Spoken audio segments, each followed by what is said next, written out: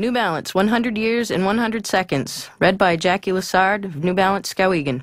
1906, William Riley starts making arch supports to improve the way shoes fit. Three-pronged chicken's feet inspire him. His arches offer new comfort and new balance. Word spread, sales rose, the business was born. Then came the Great Depression, and Riley made salesman Arthur Hall a partner.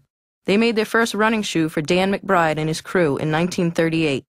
Pretty soon, even the Boston Braves were wearing New Balance. By '53, Hall and Riley were ready to retire. Hall's daughter Eleanor and her husband Paul Kidd took over. It was business as usual for a few years. Then they launched Traxster and really switched gears. Sales grew fast, they designed a new last, and pretty soon arch supports were a thing of the past. On Marathon Day 1972, Jim Davis took over, eager and new. He expanded sales and focused on fit, which led to the 320, an unqualified hit. Orders came in from all over the place. We grew so fast we could barely keep pace. The women's 320 arrived in 1978, first fit for ladies, sorry about the wait. The 620 raised the bar a little bit higher, then the 990 set the running world on fire. At $100 a pair, they were one of a kind, with stability, cushioning, and fit that were quite hard to find. What followed were shoes for all manner of sport, aerobics and hoops and hiking and court. We've added apparel, and we're happy to say we still make shoes in the US of A.